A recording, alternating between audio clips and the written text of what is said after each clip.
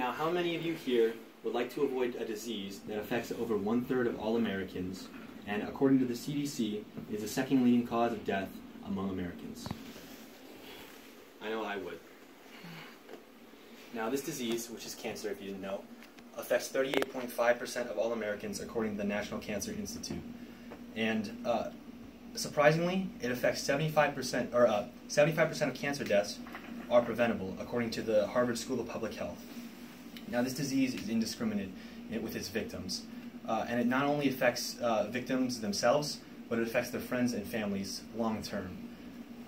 This disease, cancer, can range from a light zero stage or 1 stage skin cancer that is easily manageable and treatable, to colon cancer and lung cancer in late stages that has a nearly 0% survival rate after 5 years.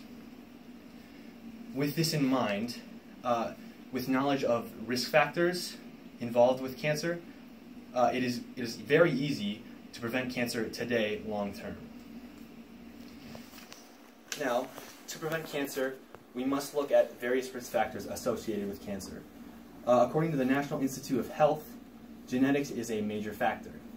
So that means hereditary cancer is caused by gene mutation, and this gene mutation can be from birth or from environmental factors. Then according to the Mayo Clinic, lifestyle choices are also major risk factors. So for example, lung cancer is associated with smoking, liver cancer is associated with excessive alcohol use, and various other cancers such as skin cancers are associated with excessive sunlight without proper protection. And then finally, according to the National Institute of Health, environmental concerns can also play a factor. So asbestos, for example, is a leading cause of mesothelioma and was found in workplaces across America. And benzene is found widely in gasoline products across America today. Now that we have the risk factors established, we can move on to prevention. So according to the Mayo Clinic, if you change your diet, that'll greatly reduce your risk for getting cancer later in life. So that includes eating many fruits and veggies, limiting alcohol consumption to a minimum, and with your healthy diet, you should be able to accrue a healthy weight. Which leads me into my next point, which would be changing your lifestyle choices. So the University of Michigan Comprehensive Cancer Center recommends that individuals, adults, get 150 minutes of moderate exercise a week, or 75 minutes of vigorous exercise a week, with that spread out over the course of a week. Don't use tobacco is another important point in terms of lifestyle choices, as according to the Harvard Medical Center, 30% of cancer deaths are associated with tobacco. And then finally, avoid other various factors such as excessive sunlight without protection and unprotected sex. And then finally, be mindful of your cancer risks and get regular checkups.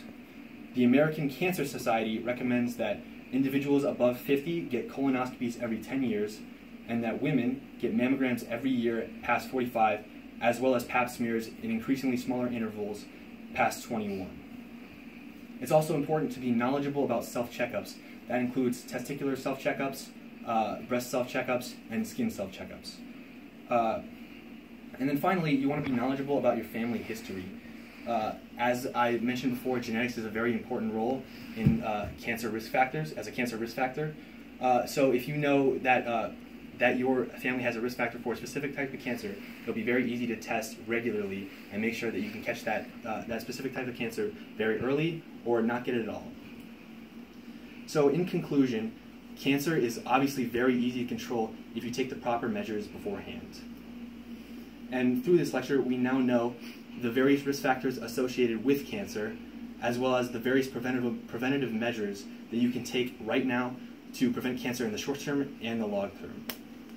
Now, as I stated, there's very significant evidence for changing various lifestyle choices, various eating habits, as well as being knowledgeable about cancer in general. So with that, I'll leave you with this. With increased knowledge about cancer and changing your lifestyle habits, you'll not only give yourself the possibility of not getting cancer later in life, but also increase your chances of leading a happy and healthy life later on, no matter what.